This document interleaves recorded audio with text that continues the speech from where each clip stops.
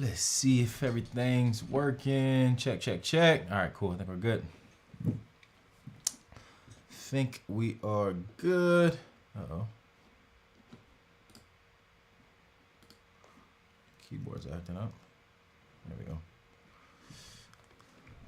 I'll log in so I can see y'all comments.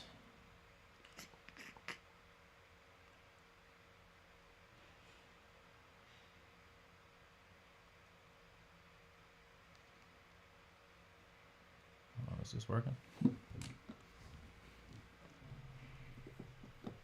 Check, check, check. Can everybody hear me? Hello, hello. If you can hear me, just give me something in the chat box. Give me a thumbs up or one in the chat box, just so I can make sure everything's working properly, make sure the audio is coming through clearly to y'all before we get started, all right?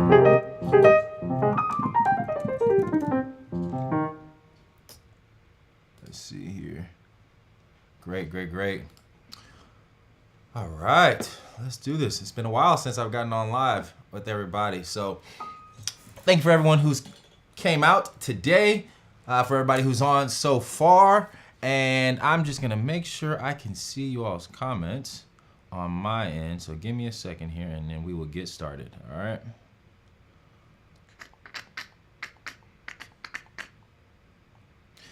And while we're waiting, if everybody in the chat box could give me what state, what country, state, and city you are tuning in from, that'll be great. Let's start off with that. Let me know in the chat box what country, state, and city you are tuning in from. I know we have people from all over the world that are part of the Gifted Hands family, so I would love to see where everybody is tuning in from. Let me know, let me know, let me know.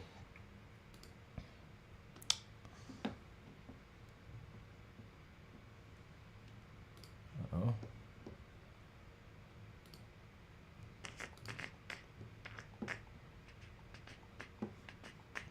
All right, we got Houston, Texas. Hey, Vernon is in the house. We got Pan from London. Good seeing you again. I'm tuning in from Dallas. It's great to have everybody out here. Great to have everybody out here.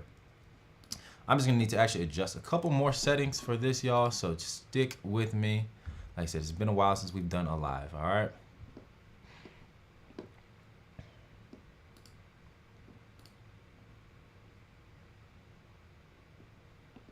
See.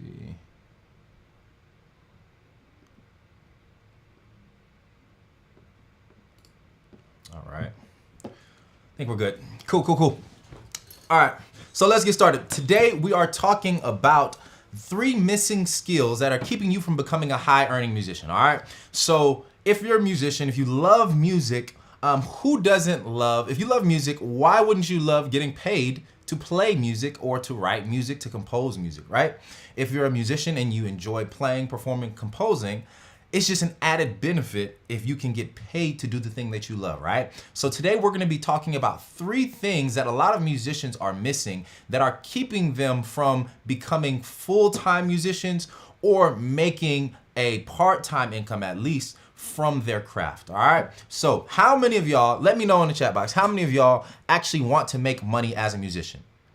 If you don't, all right, so if you don't want to make money as a musician, and you just do it for the love of it. I mean, I love music, right? But if somebody says, hey, you can do this for life and you can do this full time, so you don't have to go work at a corporate office, nothing wrong with working in corporate America, working at a large corporation, or if you work retail, if you work in the food industry, there's nothing wrong with that. But if somebody says you can do what you love full time, yeah, I'm gonna take that every single day, every day, right? So let's see, who is in agreement? Who wants to make money full time? I see Vernon says yes, got his hand raised, 100%. All right, we got Tammy Elliott tuning in from Memphis. Good to see you, good to see you. Right. So I think everybody would love to make money as a musician, right? So today, like I said, we're gonna outline the 3 strategies that you need to follow so that, or the 3 skills more so that you need to learn so that you can start earning money as a musician. Not only earning money, because earning money could be, a couple $100s a month. I want everybody on this call to be able to make thousands and thousands, tens of thousands, hundreds of thousands of dollars, millions even, doing what they love, right? We're all here because of that. So let's dive into it, all right? And as we go through this, like I said, there's three skills that we're gonna talk about. Each one gets more and more interesting, all right? So the third one is the best, I promise. The third one is I think the one that people know the least about, but can have the largest impact on your life, on your income, and on your career, all right? So you wanna stick around to the end, and then as well, after we go through these three skills, we'll do a Q&A. If you have any questions, you can drop them in the chat box throughout, and I'll kind of go through the chat box at the end, and we'll just do a general Q&A if you have questions about anything that I covered here tonight, or if you just have random questions, we'll do that at the end, okay? About something else, music theory related, or maybe one of the other breakdowns, song tutorials we've done in the past, okay? So let's dive into it. Skill number one. This is the first skill that a lot of musicians are missing that is keeping them from getting paid and becoming high earning musicians, all right? So skill number one is a lot of musicians do not know how to learn music fast, okay? They do not know how to learn music fast. So what does that mean? It's really simple. It's just, if I told you today, if I called one of y'all today, Vernon, if I called you today and said, hey bro, I have a gig in your city. Somebody called me. I don't live in the same place as you, but I know a musician in your city, but you need to learn 8 songs by the end of the week, right? If I said you need to learn 8 songs by the end of the week, would y'all be able to do that? And that's only, let's say the gig is on Saturday. So you got 2 days to learn 8 songs. Would y'all be able to do that? The thing is, a lot of people would not be able to. And that can be a big ask, especially if maybe you don't have sheet music, right? And you're learning these songs by ear. A lot of times, if we only have a limited number of time, a lot of musicians would not be able to do it, right? So one of the marks of a professional musician is that they can learn tons of music, tons of material in short amounts of time, okay? Happens to me all the time, I'll play for a church or have a gig or something. Even a couple months ago, actually, I was asked to fill in for a corporate band, and this corporate band did, I think, it was more than like 80 songs. It might have been way more than that, but I know I counted at least 80 songs. And I was like, wow, I've never played with this band before. And this is the week of, I think there was a gig on Saturday. Somebody might have hit me up on a Monday and said, hey, I'm gonna be out of town. Can you fill in for me? And they sent me the music, and it was like 80 songs that this band was gonna be performing. And it was just a wedding, it wasn't anything too serious. It was just a wedding. And yeah, they told me, hey, there's all this music, pretty much you gotta learn, be able to play. And 80 songs in essentially 5 days is a crap ton of music. That's a lot of music, right? So there's situations like that come up. And this can mean, like, when I say you need to be able to learn music fast, this could be through reading sheet music, and just having your sight reading ability so great that someone can place a piece of music in front of you and you can automatically play it, or you can, take a few minutes to prepare and review the music, and then you're able to perform it in a short amount of time, within a matter of days or a week, right? That's what we're talking about.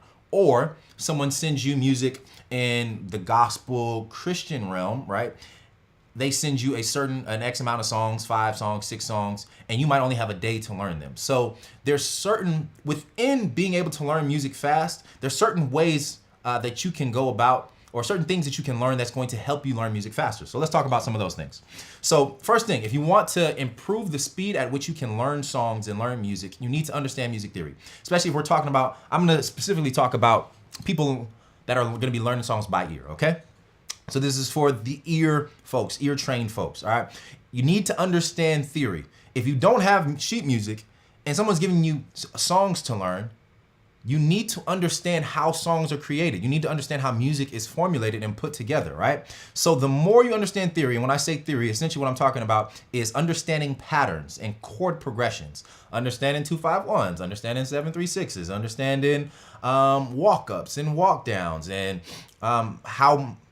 maybe understanding common modulations, right? How songs tend to change keys the majority of the time, okay? Understanding all of those things and concepts is going to help you to be able to learn songs faster, right? If you're familiar with if you're familiar with all of your major 7 chords, right? Or if you're familiar with all of those and you know altered chords and you know the different types of minor chords and just pretty much your chord vocabulary is full. There's really not going to be many songs that come up where you're going to struggle to learn, because if you know chords and you know chord progressions, then all it takes is really your ear being able to pick up and recognize, oh, that's this chord, or that's this specific chord, or that's a major chord, or that's a augmented fifth, or whatever, you know, the situation might be. So understanding theory is going to be huge for you to learn music faster. That's the first thing. Technique as well. When it comes to playing a song, you have the theory behind the song, the chords, right? The head knowledge of, like, conceptually, this is how the song is made. But then you got the technique side of things, which is, all right, even if I know what someone is doing, or if I know how a song is created, if I haven't practiced playing that thing myself, if I haven't taken time to play 2, 5, 1s over and over again, right? If I haven't taken that time to just get comfortable with whatever the chord progression may be, whether it be a scale, right? A chord progression,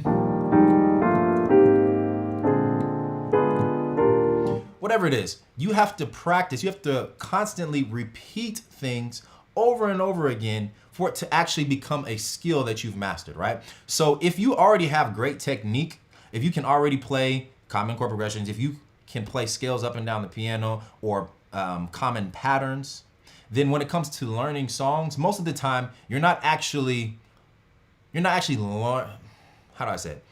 You're not learning a thing for the first time. Essentially, you're just redoing something that you've already done.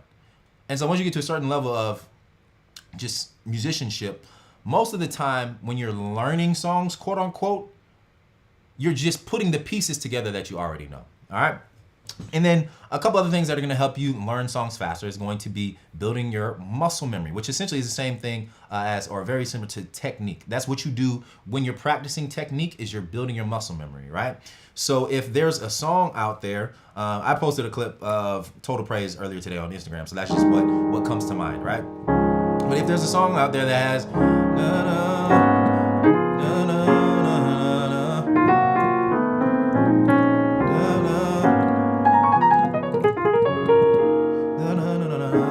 whatever the chord progression is. But if a song has that chord progression in it, right, has all those chord changes, my muscle memory allows me to play those chords without even having to think about it. I don't even really need to practice that song because I've already done the reps, right? I've already repeatedly at my house or wherever, at music lessons, thousands and thousands of times, we've done 1, played 5 minor, 1 dominant, to the 4, to the flat 7, or whatever the progression may be. We've played that. I've played those chords probably hundreds of thousands of times at this point in my life, right?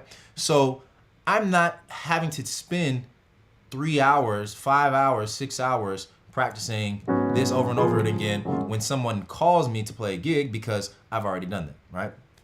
So muscle memory. Work on building up your muscle memory, and you do that through repetition, taking small pieces, small ideas, small chord progressions, just small little nuggets, and practicing that over and over and over and over, okay? And then finally, the last thing that's gonna help you learn songs quickly is just by understanding song form and understanding how songs are written, how they're created. So just understanding that most songs follow a generic progression in each genre, right? So for gospel music specifically, most gospel songs follow a general format of intro, then you got a verse, then you got a chorus, then usually you got a verse 2, then you got another chorus, right? After the second chorus, sometimes we'll have a bridge, right? Or a vamp. So maybe we'll have a bridge that goes into a vamp, or maybe they'll just have a vamp section. After the vamp section, normally we'll go back into the chorus, or they'll have some type of outro. Like, that's a very generic, like if I pull up a random gospel song, they're probably gonna follow that formula. And even if they don't follow that specific formula, it's just going to be a slight iteration, like a slight difference, maybe one change here and there. Like maybe some gospel songs, instead of following that formula that I just stated, maybe they'll add a pre-chorus to their songs, right? So instead of it being like verse, chorus, verse 2, chorus, they'll do like verse, pre-chorus, chorus. Verse 2, Maybe the second time around, they don't have a pre-chorus. They just go straight into the chorus, a verse 2 and then the chorus, right? So understanding song form and understanding that there's only so many sections of songs, right? And then once again, this after you learn the sections of a song or understand how it's created, it's just about putting puzzle pieces together, okay? So all of that is going to be how we learn songs faster. Is that making sense? Is that making sense to y'all? If it is, just give me a 1 in the chat box so I know y'all are following along, and we'll keep it moving, all right? And I see we got a couple other folks that are tuning in. Got some folks from Nigeria in the house. What's up? What's up? If you're just tuning in, please let me know in the chat box what country, what state, or what city you are tuning in from, all right? Cool, cool, cool. All right, let's keep it going. Keep it going. Okay, so missing skill number 2. Well, actually, let's review. Missing skill number 1 is going to be you can't learn music fast. If you can't learn music fast, then you're not going to be able to become a high-earning musician, right? Okay, missing skill number 2. The second skill that a lot of musicians are missing is that they haven't mastered music technology, all right? So music technology. In today's day and age, if you're a musician who's gonna be gigging, performing, or writing, composing music, you have to have a solid grasp of music technology, right? And so music technology is a huge umbrella. There's tons and tons and tons of just different like subcategories, but some of the main things that you want to work on when it comes to learning and mastering music technology is going to be things like sound design and tone, right? Maybe you're not a pianist, but maybe you're a guitarist or a bass player, or like a woodwind. If you play woodwind instruments, if you play brass instruments, tone, when you are responsible for your own tone, like on the piano, I'm sure responsible for my tone, but it's a little bit different. It's programmed already. But a lot of instruments, you have to be more specific about finding a proper tone that fits, one, with the genre that you're playing, right? Each different genres of music want and are familiar with different sounds for each particular instrument, right? And then just something that generically sounds good, right? So tone, patch choice. If you're a keyboardist, right? And maybe you're playing aux, or you could even be producing music. The sounds that you choose as a pianist have a huge impact on what the audience experiences, right? So even when it comes to the choice of piano, like I searched and searched and searched for I don't know, many months. I'll say maybe 6 to 8 months. Actually, it's really a lifetime search because I'm not done searching. But this specific piano that you hear right now, right? This is a program called Ravenscroft, okay?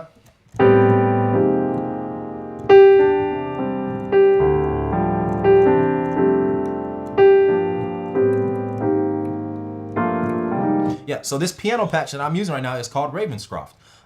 And I'll jump back and forth between Ravenscroft. I use some Keyscape patches as well, and Contact. For me personally, I found that those are just my top 3 like favorite software programs to use. They just resonate well with my ears when it comes to recording, producing songs. I like the way that they blend in with the other instrument choices that I have, like other music programs that I have, right? So you want to spend time and figure out like whether it be hardware keyboards you're using, like I got a Rhodes over here. So if you're going to be lugging around hardware for different gigs, finding sounds and patches that fit each particular song or fit the group and genre that you're playing with. That's huge when it comes to mastering music technology, all right? Some other things that are important when it comes to music technology is just knowing your instrument, right? And this, once again, kind of goes into tone and sound design, but knowing your instrument. So for keyboardists, one thing that's huge is like, I remember when I was like doing a lot of corporate gigs, is if you have a set list of 15 or 20 songs, right? You have maybe 15 songs on a set list that you're gonna perform like back to back to back to back to back, meaning we're gonna start at 7 p.m. playing these songs and we're not gonna stop till all 15 of these songs are done. No space in between each song, right? If you have a situation like that, something that's of huge importance is how quickly you can go from patch to patch in between songs, right? So how have you set up your rig, essentially? How have you set up your keyboard from when it comes to performances so that, hey, I mean, y'all can probably see 1, 2, 3, 4, 5, 6, 7, 8. I got 9 faders right here, right? So if I wanted to use this keyboard for a gig, I can program different sounds into these 9 faders so that I don't have to press a bunch of buttons when it comes to switching sounds and switching patches. I can just move a fader, right? I can move a fader and maybe that'll change the sound. Or if you have a different keyboard, being able to quickly recall favorites, things like that, being able to switch back and forth from patches so that you finish one song, the band's going into another song, and you're over here fiddling with switches, trying to make your keyboard do whatever it is that you're trying to make it do. All right. So just mastering your instrument and understanding how to use the technology side of it, switching back and forth from different things when it comes to live performances is huge. Okay. And same thing for other instruments, is just knowing what registers sound the best, how to blend with other band members, other musicians. That's all a part of like kind of mastering your instrument. So that's one fact. All right, then we got DAWs as well, music technology. So we got DAWs. We have, if you're performing live, once again, or producing, you need to be familiar with DAWs. So DAWs, just digital audio workstation, right? So Logic is a DAW, GarageBand is a DAW, Ableton Live is a DAW, Pro Tools. And I'm not gonna tell you which one to learn, because especially if you're doing composition, production, that's more so just personal taste and personal opinion. I think they all do the same things pretty well. They just do them in a different way. Fruity Loops, Logic, Pro Tools, Reasons, Ableton. You can pretty much make the same music in every DAW, but some DAWs do specific things better, right? But what I will say is, when it comes to live performances, like let's say you want to start using backing tracks, stems, and just things like pre-recorded auxiliary instruments to help fill out your sound when you're performing, Ableton Live is the industry standard and is the best thing that you could ever use. Like, I resisted learning Ableton Live for the longest, for years and years and years.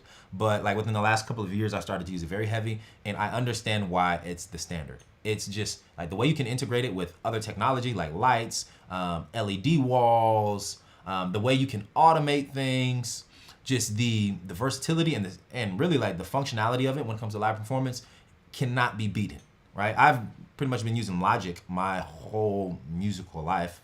Since I started music production, I started off in Logic, and I love Logic, but Ableton is a better DAW for live performances, right? Now, when it comes to just general recording, if you're in a studio or if you're doing, you're at home producing songs for yourself, for your friends, fellow musicians, whatever it may be, whatever, doesn't matter. Pro Tools, is what you're gonna find in most studios, but people are branching out now. A lot of studios are starting to use Logic. What is that? Studio One. I've been seeing a lot of people use. I think it's a PreSonus product. But you need to get familiar with a DAW. It doesn't matter which one. Just a lot of opportunities can come up for you when you start to learn how to arrange music, right? If there's songwriters, right? There's musicians who need help writing songs, who need help producing songs. There's so many doors that can open up to you when you get into the music technology side of things, right? And like I said, that can include arranging, that can include composition, production, all of those different opportunities, all right? So DAWs is one of the music technology things that we need to get familiar with and start mastering. And then we got recording equipment, okay? So recording equipment is going to be specifically hardware and software, right? Hardware could be like outboard gear. If you're a studio engineer, if you want to do a lot of studio recording, then outboard gear such as like compressors, EQs, preamps, all those things, right? Software for anybody, essentially. Even if you're, especially for keyboardists, if you're performing with software instead of hardware, meaning like having a program in your computer that can produce keyboard sounds, auxiliary sounds, pads, strings, stuff like that. You don't need like a Yamaha or a Roland keyboard like we did back in the day, or whatever, Motif, whatever it is, to produce your sounds. This keyboard that I have is nothing but a MIDI controller, right? It doesn't produce any sounds, meaning if you try to plug in like a 1/4-inch cable, it's not gonna spit out anything. I don't even think there's a 1/4-inch cable on here, right? Because I'm using all software sounds with this specific keyboard. So understanding how you can use music software as well as hardware for a multitude of situations. It's super important, okay?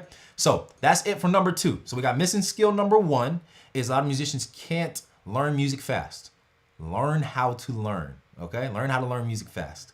That's skill number 1 that you want to get. Missing skill number 2 was that you haven't mastered music technology, all right? So if you want a career in music, start getting familiar with music technology, sound design, instruments, right? DAWs, digital audio workstations, recording equipment. All of those things are things that you want to start getting familiar with if you're going to build a career in music, okay? And then finally, skill number 3. Oh, actually, before I go to skill number 3, let me go check out the chat box. Is everybody following along with me? Yep, looks good. We got Keenan Frank from Dallas. What's up, man? I'm in Dallas too. Good to see a fellow. I'm not a Texan yet. I just moved here, so I can't even call myself a Texan. Let's see. Peter from Cameroon. Ebenezer from Minnesota. Y'all, my vision is trash because I'm squinting to see y'all names. Andil from South Africa. Emmanuel from Nigeria. What's up? Elijah. Okay. Let's see. We got some folks from the Congo. All right. What's up, everybody that's joining in? Appreciate y'all for jumping on here today. I see we still have people jumping on here. So welcome to all of y'all. All right. So we got number 1 and we got number 2. So let's dive into the last skill that you need, or not, it's really not the last skill, I'm not gonna say it, but the last one we're about to cover today, at least, right? So skill number 3 that a lot of musicians are missing that keep them from earning money, from making money as a musician, is going to be that they don't know how to create something once and sell it multiple times. So essentially what I'm saying is musicians that understand passive income have unlimited earning potential, right? Passive income and just essentially being able to create something one time and reproduce it, sell it to the masses is one of the quickest and I think smartest, most intelligent ways for a musician to scale their income and grow their income, all right? So what do I mean? Let's go a little bit deeper into this. What is something that we could create once and sell it multiple times? Anybody?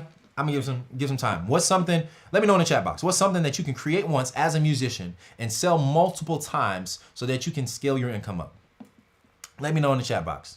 I'd love to hear from y'all.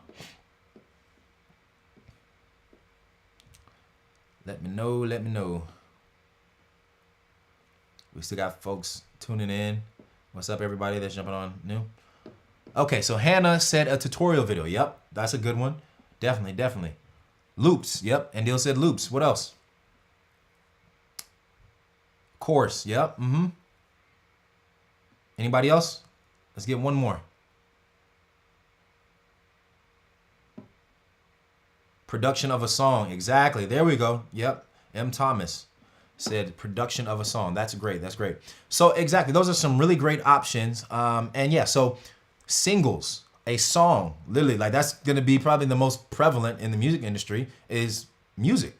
You can create music one time, right? You can create a single or you can create an album once and you can sell it multiple times. Or now, I mean, the way the music industry is, it's kind of shifting. Now you can stream it multiple times, but it still works the same way. For every person that listens or buys your music, you get money that comes back to you, right? So that's one of the most common, one of the most, literally the oldest route to making money as a musician is selling songs, right? Creating music. Some other opportunities or other ideas, books. Maybe you write a music book. Maybe you write a book on 100 guitar chords and voicings, something like that, right? Or I'm working on a book right now, literally on the fundamentals of gospel piano, right? So that's something I'm gonna create once and can sell multiple times that people have an actual need for, right? You have to create things that people actually want or need, okay? So books, or it could also be like branded products. If you have a following online, or if you're building a following online, you have people that love whatever it is that you do. If you're a producer, if you're a musician, if you're a songwriter, even if you're some type of sound engineer, right? Whatever it is that you do in the music field, If you have a dedicated following, then what you can do is create branded products. That could be a sweatshirt, right? That could be, I don't know, it could be anything. It could be a phone case. It could be t-shirts, right? It could be anything at all. Guitar, like if you're a woodwind instrument, or let's say a guitar player, you could create guitar cases. You could create saxophone cases. You could create trombone cases, whatever it is, right? As long as it aligns with your brand and once again, something that the people that are in your audience or that follow you and support you are interested in, you can create that, right? So those are other things. And then we got supplemental materials. A couple people mentioned this, and I think this is something that's really on the rise with technology and with the growth of the internet that we're seeing, is what I call just supplemental material, all right? And so this is a large umbrella. It could be educational material like we do here at Gifted Hands, or it could be other companies. So there's some other examples, some people that I follow online, right? Shed Tracks. Shed Tracks is a company that literally creates backing tracks, instrumentals for drummers, right? They create backing tracks in all types of time signatures, tempos, and they're literally meant for people to purchase, download, and practice to help drummers improve their groove, improve their timing, and just improve their playing overall, right? So that's a great example, supplemental material. There's a producer that I follow online. His name's Jan Hunter, right? He's a producer, and he creates like some sound patches. He has some sound banks. He has loop packs. What else he has? He has vocal presets, vocal presets that you can use. So some of those are options. There's folks like J Rhythm, a guy named J Rhythm. Also, follow him online. He sells like shout loops. So if you're in church and you at a Pentecostal church, apostolic church, something like that, and y'all shout every Sunday, and you don't want to play the same thing, he's selling loops that you can use, right? That you can purchase and you can use, play along with on Sunday to just give you a different sound or give you a more full sound. All of these are options, right? John Mike, another person I follow online, really enjoy the stuff that they put out. John Mike, he sells educational courses on production. I've taken some of their stuff. Great content that they put out, right? On production, on arranging, and as well, they sell software now. Like they're starting to, or they have Loop Elements is one of the pieces of software, like one of the plugins that they sell, right? So things like that are options for you to create some type of product or something that you can create once, right? And you can manufacture and sell to multiple people. And I think that's the biggest, the most like crucial nugget that if musicians did more of, we would change the stigmatism of musicians, right? It would, like, we could change the idea of musicians have to struggle, the struggling musician, right? And so, yeah, when it comes to that, it's just about finding a need that people have in your market or in your community, right? What do people need in your community? The musicians that you know, the musicians that you've interacted with throughout your life. What's something that they need that you can provide? And it could be a product or a service, meaning a product just being something that you can give to them or sell to them, or it could be a service, meaning something that you do for them, right? So if I'm teaching piano lessons to a student, to one of y'all, that's a service. You're asking, hey, can you teach me something, right? I say, cool. Let's do it at such and such date, such and such time. All right. I come to your house and I help you learn the piano. That's a service. I'm doing something with you or for you. A product would be like a keyboard. This is an Arturia keyboard. And you buy that, send it out, or they send it to you, right? So there's different options for that. But if you can learn how to create something once and sell it multiple times, you will definitely become a high earning musician, all right? So those are the 3 skills that I got for you today. Skill number 1, you got to learn music fast. You have to be able to learn a large amount of music in a short amount of time, okay? Skill number 2 is you have to master music technology, all right? So get comfortable with using DAWs, be able to get comfortable with sound design. when it comes to performances, right? Get comfortable with recording equipment if you want to engineer, produce, compose, all of those types of things. All right, that's skill number 2.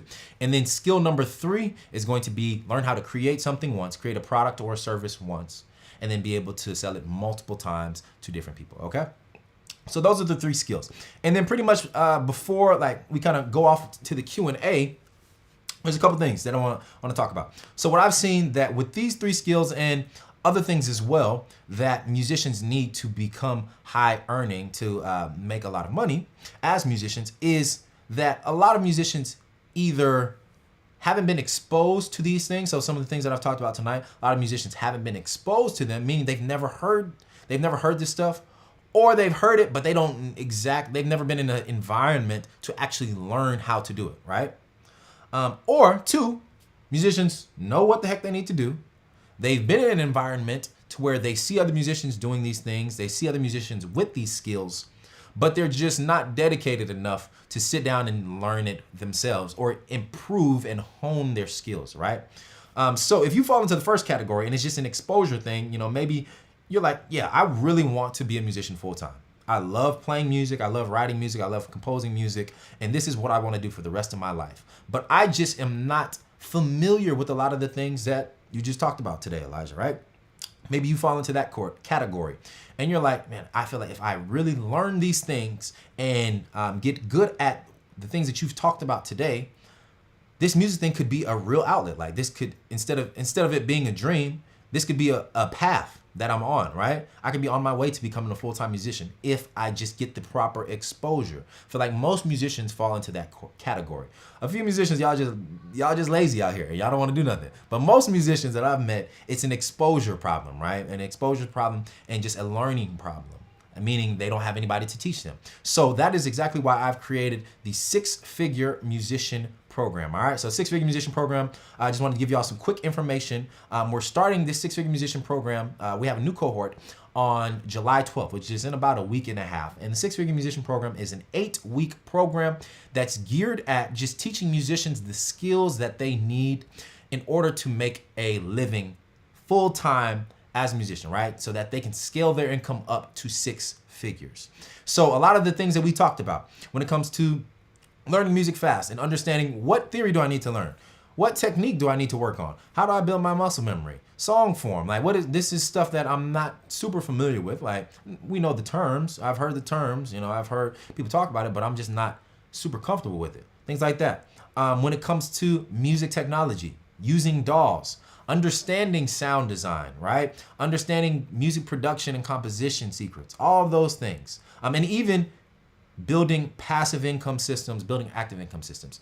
If you're hearing all these things, you're like, man, I would really love to learn how to do that, how I really want to hone these skills, learn these skills, and figure out how I can use them to make a living as a musician. That's exactly why I created the 6-figure musician program. All right, so I'm not going to spend too much time on that, but I just want y'all to know that we are getting ready to start up a 6-figure musician cohort, like I said, July 12th. So what I want y'all to do is I'm going to drop the link actually to the informational page in the chat box for everybody. And if you're interested in joining the 6-figure musician program, it is an application-based program, right? So I'm only accepting 15 students. We already have 4 students, I think, booked to start on the 12th. So that leaves 11 spots available. 11 spots available, right? So if you're interested in joining the program, you have about a week and a half to sign up. So go ahead and follow the link that I'm about to send you, put in the application, and you and I will jump on a call. We'll jump on a discovery call, either on the phone or on Zoom, and we will talk to see if you're a good fit for the program. We're not accepting everybody into the program. We want to make sure that people that are going to be in the program have enough experience to where they can use these skills immediately to see a change in their income, a change in their life, and a change in their career. All right, so that is the 6-figure musician. Follow that link that I just dropped in the chat box and sign up, apply. All right, if you're interested in learning these skills that are going to help you become a high earning or 6-figure plus musician. Cool. So that's it. So now I'm gonna open up the floor for a Q&A. Let's see, what time is it? Oh, cool. It's 6:40 or 7:45. So let's just spend some time, answer some questions, talk a little bit. What do y'all got? What do y'all got? All right, I see. And Deal has a question, so let's start there. Learning music fast. Please elaborate. Do you mean via YouTube? Want to really improve as an intermediate? Okay. Cool. So I see some questions here. And Deal, I'm gonna start with your question. Like I said, if y'all have questions, just drop them in the chat box. We'll spend a few minutes here just chatting it up a little bit. All right. So and Deal asked the question: learning music fast. Please elaborate. Do you mean via YouTube? So no, I don't mean via YouTube. Actually, I don't really mean any specific platform. I'm not talking about any like specific way to be taught music. That's different. I'm just talking about in order to get to a level where you're consistently making money as a musician. And this is more related to gigging musicians who are performing. Composing, arranging is a different side. We're over here gigging and performing, right? So in order to get to a point where you're gonna perform and gig on the regular, you need to be able to have whoever it is that's responsible for a gig or whoever is directing a gig, they should be able to send you music, send you songs, and you should be able to learn those songs in a short period of time, like a week or less, okay? So I think YouTube is great when you're starting off. Like literally, we put out videos every single week. And it's absolutely amazing, right? Our platforms like Gifted Hands Music, where if you join our Gifted Hands Academy, I drop a song tutorial every single week almost, right? Almost every single week to where musicians can log into the Gifted Hands Academy and they can learn a new song every single week to help build their repertoire, right? But more so than someone even teaching you, I think you do need to be taught. Initially, you need to be taught how to learn songs. You just like need people to show you chords for songs, right? You need people to show you chord voicings. I still have people that show me stuff on the piano, and I'm currently looking for like just kind of somebody to take lessons from or somebody to learn from in person more so, right? Because I'm always studying albums and learning music, but I want to take actual lessons and sit down with somebody.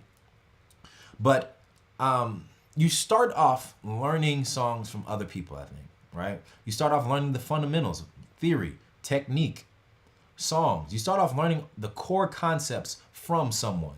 So YouTube is great. Gifted Hands Music is great. Shameless plug, yes. I'm a plug my company. But I think you want to get to a point, and every good teacher should teach their students to be independent. Right? Same job as parents. If you're a parent, you got a kid. The goal shouldn't be for you to do things for them or show them, like, let's use an example. You shouldn't constantly be fishing for people. You want to teach people how to fish so that eventually they'll be able to fish for themselves, right? So here at Gifted Hands Music, I'm teaching every single week music theory, how to build your technique, and I'm teaching you songs, right? If you go through any of our products, our master classes, it's the same formula. It just depends on what skill level you're at, right? So if you're a beginner, you'll go through the piano from scratch masterclass. If you're an intermediate trying to get to an advanced, you'll go through the gospel keys masterclass. But in all of those products, I'm teaching you theory, I'm teaching you technique, and I'm teaching you songs. But the more technique and theory that you learn, the easier it is to understand songs, right? And so you want to get to a point where you know so much theory, you know so much technique, your technique is to a certain point that you don't necessarily need anyone else consistently to learn songs, right? You want to get to a point eventually in your career where you can just pull up a record and learn it, right? And even there will be situations where it's going to be impossible to learn stuff online. Last week, a friend of mine's working on an album, right? He sent me a song to play.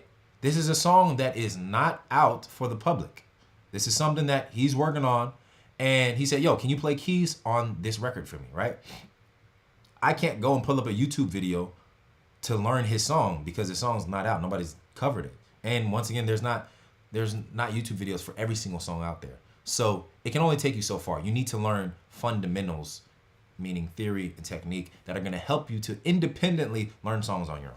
So I know that was kind of a long-winded answer, but hopefully that helps. All right. Pan Liang says, in terms of selling music, Is it really possible to be profitable now with so many streaming services? Yeah, 100%. It's still definitely possible. The name of the game now, though, when it comes to, I don't even think the game is selling music. I think the game is streaming music. They're like, music sales are down. Just like, you can look at the statistics yourself. But music sales have dropped consistently, you know, for the last, what, I don't know, 15, 20 years, maybe, even probably more than that, since the dawn of Rhapsody and piracy on the internet. But streaming is now like one of the main ways that you're gonna profit and make an income from your music, right? But it is still possible to make consistent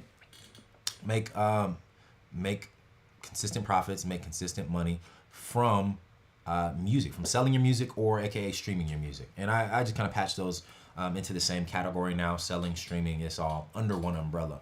I think just now the thing is quantity. You have to have such a large quantity of streams in order to make a decent amount of money.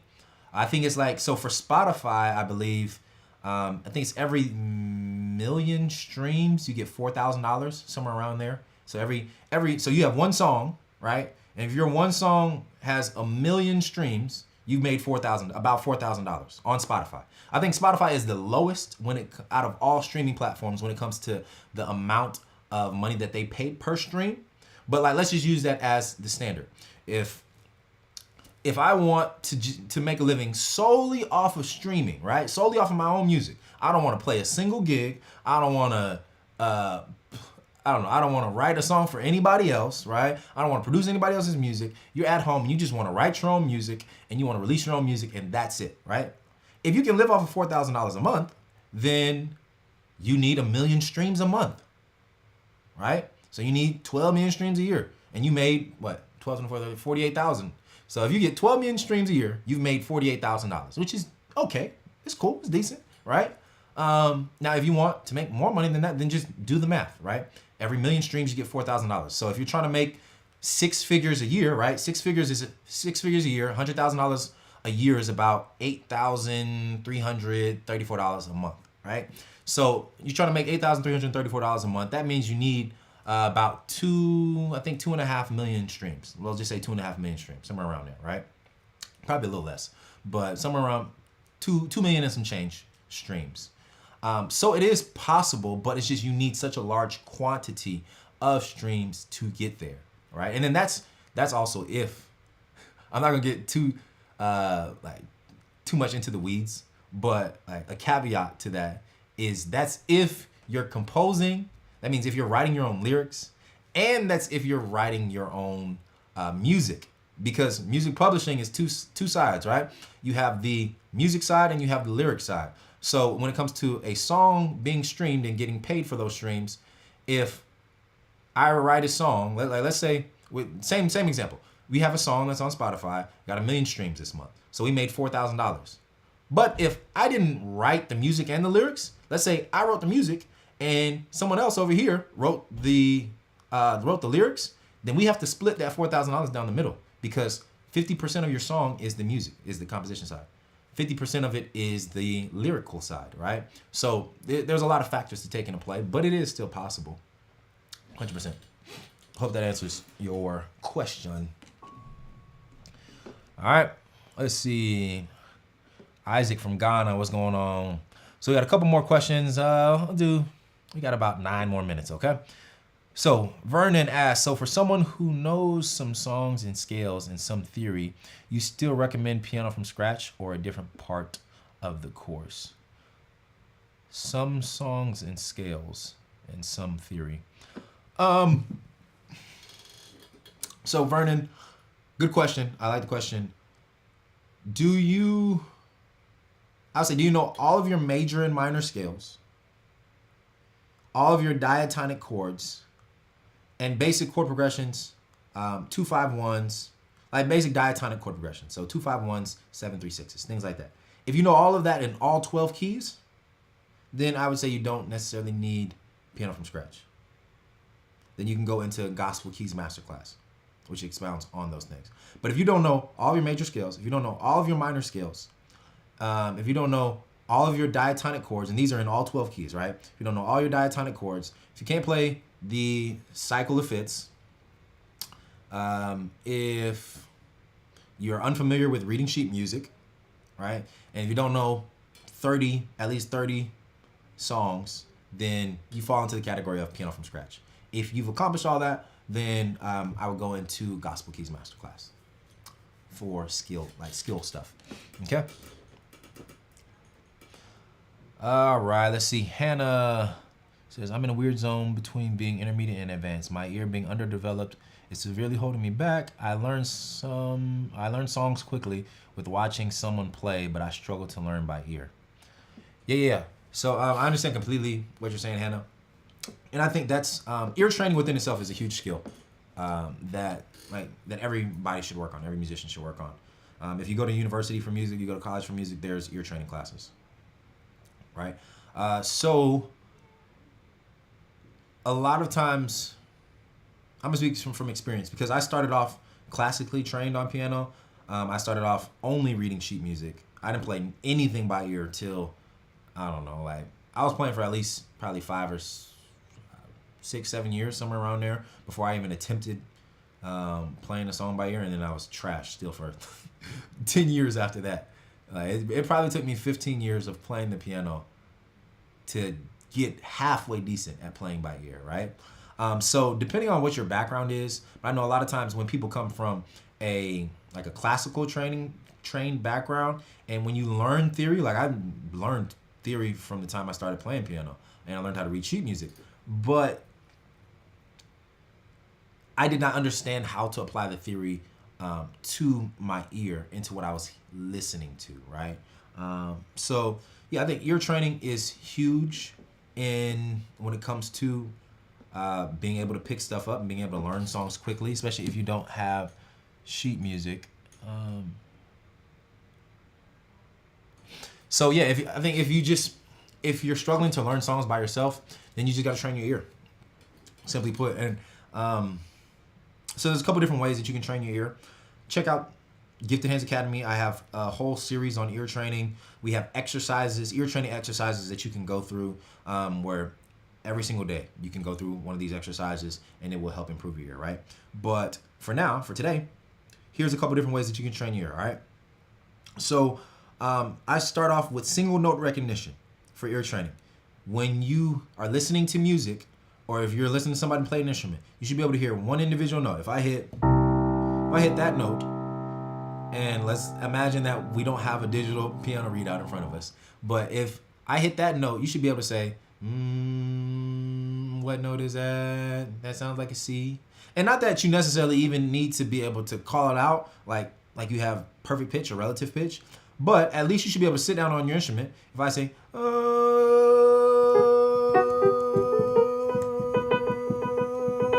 if I start singing a note, you should be able to eventually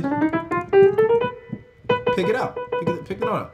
Oh, you can start anywhere. Oh, it's G, right? Oh, what note is this? Let's start anywhere. Start somewhere around M. Oh, no, that's not it. Oh, it's D, right? So you should be able to hear someone sing a note, or just hear any type of note from any type of instrument and be able to pinpoint it on your instrument, or say it out loud what that note is, right? So single note recognition.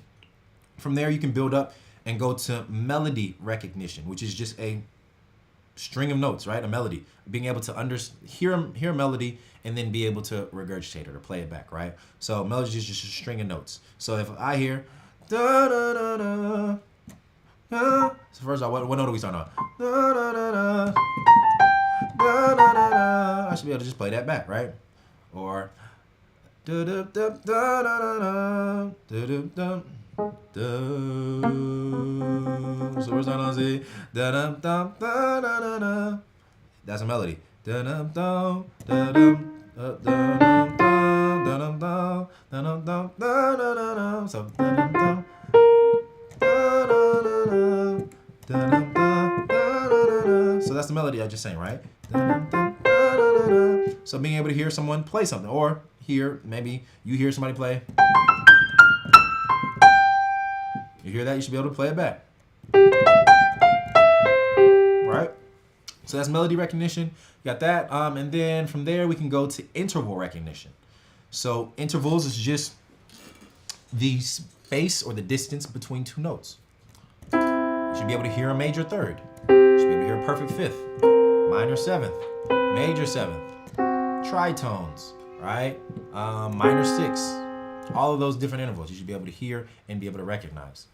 And then after interval recognition, you should be able to hear, you should have like chord recognition. So chord quality recognition, which is not even, it's like if I play this, it's a C chord, but like first step is not even saying, oh, that's a C chord. The first step in recognizing this chord is it major or is it minor? Is it major? Is it minor? Is it diminished? Is it augmented, right? What's the chord quality? It sounds joyous, it sounds happy, it sounds positive, it sounds like a major chord, right? So that's the first step before you even try to say, oh, that's a C major chord, or that's an F sharp chord, or that's a B minor chord, whatever the situation may be, right? So chord quality recognition, be able to hear a chord and just say, is that major seventh? Is it a minor seventh? Is it altered? Does it have a sharp 11? Or actually, no, I'm getting ahead of myself. Is it major, minor, altered, dominant, half diminished, or fully diminished? One of those chords, right? And then after you get familiar with chord qualities, then you can start going and try to like pinpoint the chord itself. And then from there, you can do chord progression recognition as well. Chord progression recognition is really good. Just meaning patterns. Can you hear a 2-5-1? Can we hear a 7-3-6? Can we hear different iterations of a 7-3-6? Or 7-3-6, right? Can you hear different iterations of that? Can you hear a walk-up? 6, 7, 1, 3, 4, or 2, 3, 4, 5, 6, 7, 1, right? Gospel music has a bunch of walk-ups.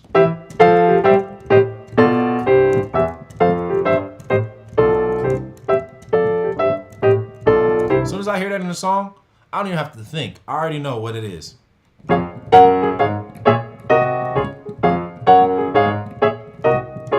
All of that, right? So that's a common gospel walk-up.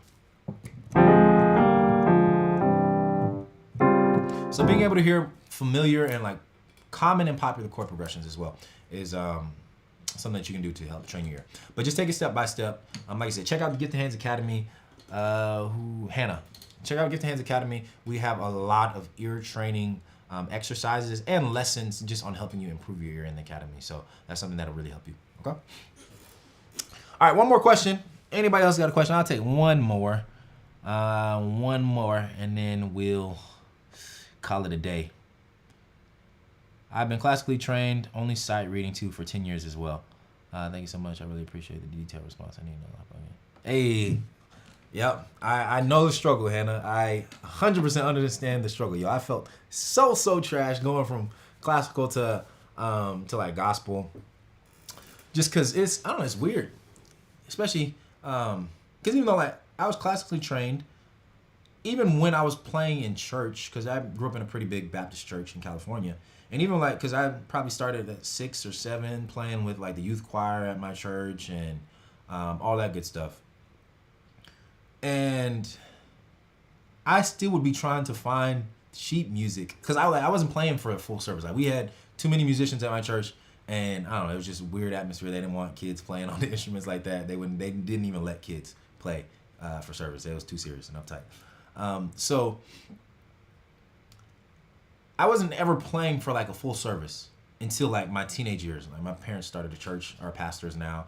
And so when they started the church, I started playing like all the time, like for a full service. But up until then, I was only playing like concerts essentially for church, because it was like, all right, youth choir is playing, or the youth choir for our church sang once a month, like third or fourth Sunday. So I know every third or fourth Sunday, I got my 2 songs that I need to prep for. I can find sheet music for these 2 gospel songs, and I'm straight, right? But going into more of an actual, like, I don't know, I guess full, I don't even know what to call it.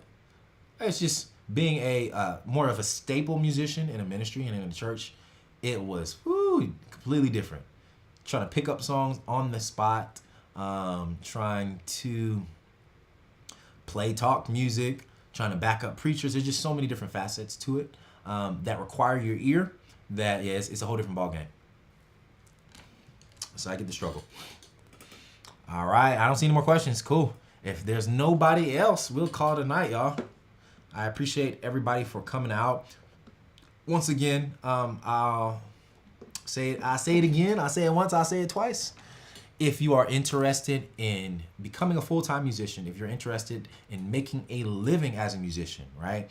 We talked about 3 skills that musicians need to become high earning, to make a lot of money, right?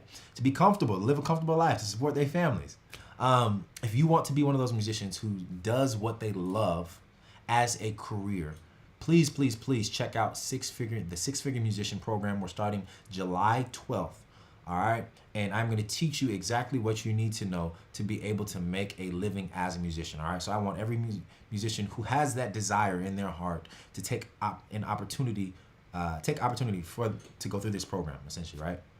So signups are open now. We have calls for 1 more week. Next week, I'm doing discovery calls, meaning if you are interested in the Six Figure Musician Program, follow the link. It's in the chat box. Follow the link. I'll post it again. Put in your application. Book a call with me, a discovery call with me for next week. We'll talk. I'll see if you're going to be a good fit for the program. Hurry, though, because we already have calls booked for tomorrow as well as some for next week, starting next week. And after all 15 spots are filled, you're out of luck until we start the program again, right? But put in your application, book a call. Let's jump on and see if I can help you get to your goals, okay? So, hey, I love y'all. Appreciate y'all for coming out. Do y'all like these lives? Should we do them more often? Let me know, because I think this is only the 3rd live we've done on here on Gifted Hands channel. It's completely different than the produced videos that we put out. But if y'all enjoy these lives, if y'all enjoy kind of the Q&A and being able to ask questions here on the spot, let me know. All right. I will definitely do more lives. We'll start doing them consistently if y'all ask. Oh, okay. We got a couple more questions. So I'll answer these last 2 questions and then we'll call it a day. All right. So here we go. First, who's this? Caesar? Oh wow, this is different. I don't ever get this question. Best advice spiritually. It's interesting. I actually just did an Instagram live with some fellow musician friends from Canada, from Toronto, and we touched on this subject. I don't really talk about it much, because I just focus on music for Gifted Hands. It's kind of something I talk about personally with friends and family. But since you asked, let's talk about it. Caesar asked just so best advice spiritually. I was just specifically talking about when it relates to gospel music. All right. As a gospel musician, if you're a Christian who plays gospel music and you serve in a church or a ministry, right?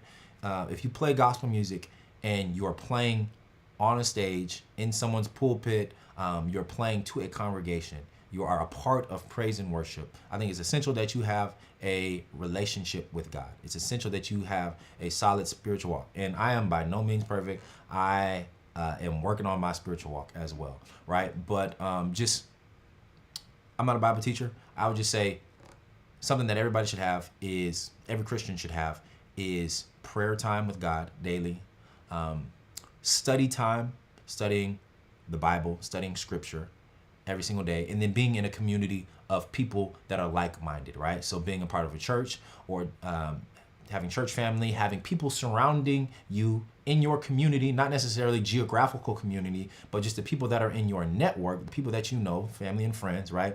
That are like-minded, meaning that have the same spiritual goals as you, that have the same spiritual aspirations as you. They want to improve. They want to be better people. They want to get closer to God, right? Those 3 things are the most important. If you just work on those throughout your life, you can't help but get good results, all right? So prayer time is a must.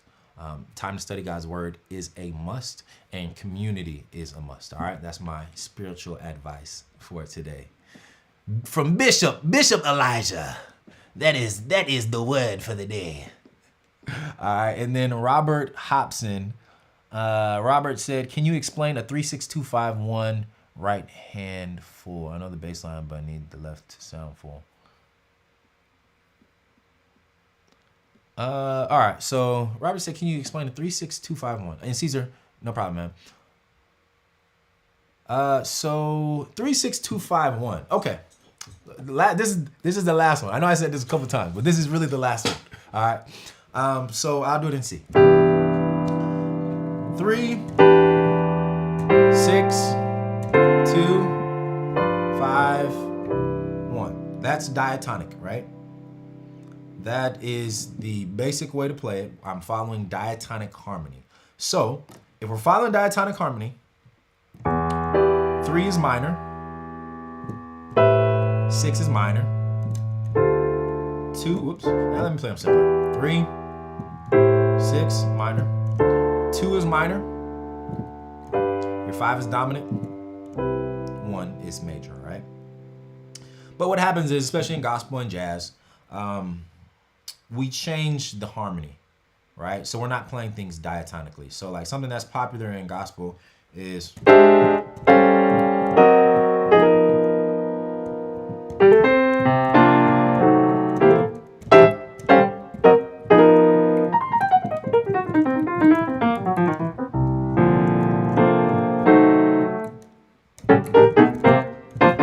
right?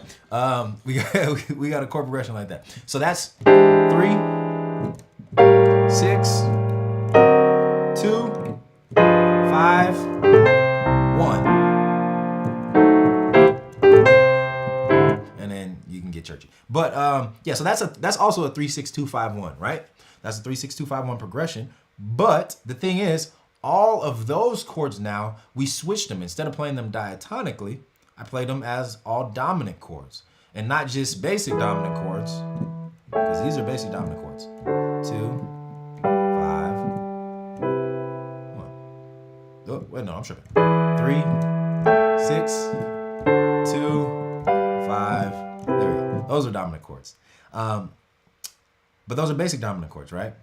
No extensions, no alterations. In gospel, you'll get altered dominant chords and extended dominant chords. So this is a E sharp 5 sharp 9, right? E7 sharp 5 sharp 9.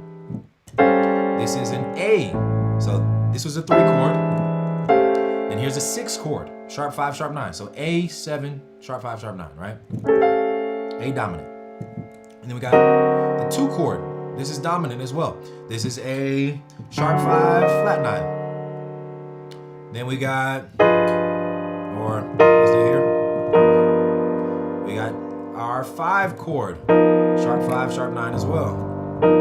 And then 1. This is suspended. This is a suspended dominant, or like sus7 chord. And then you resolve to your 1. So there's a bunch of different ways to play a 3-6-2-5-1, right? And 3-6-2-5-1 is literally like a cyclical progression, as I like to call it. So it's a part of the cycle of fifths, which is one of the exercises that I literally try to beat into all my students' heads. Not physically, y'all. Don't cancel me.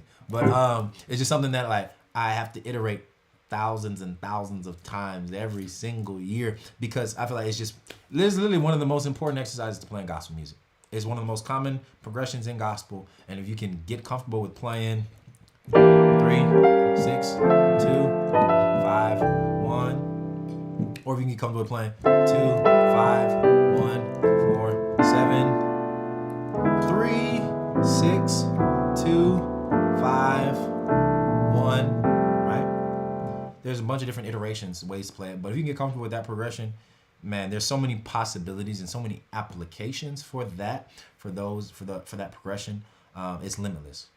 I use that. That's my go-to progression when I'm trying to add some salsa into a song, right?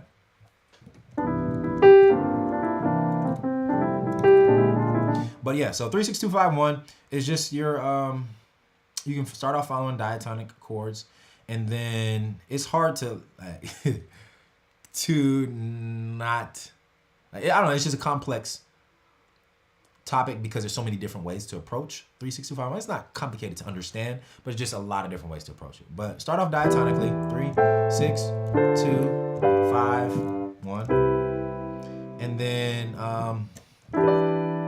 try to add dominant chords in different places. So substitute your diatonic harmony for substitute your basic diatonic harmony for a dominant chord, essentially. So 3, 6. So my 6th chord, instead of playing a minor, I can play a dominant. Altered dominant. 2, 5, 1. Right? One more time. Let's try something different. 3, 6, minor. Then we can go to dominant. 2 dominant.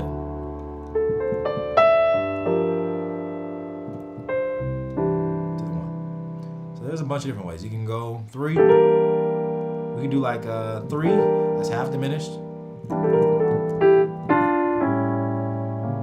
6. That's dominant. 2.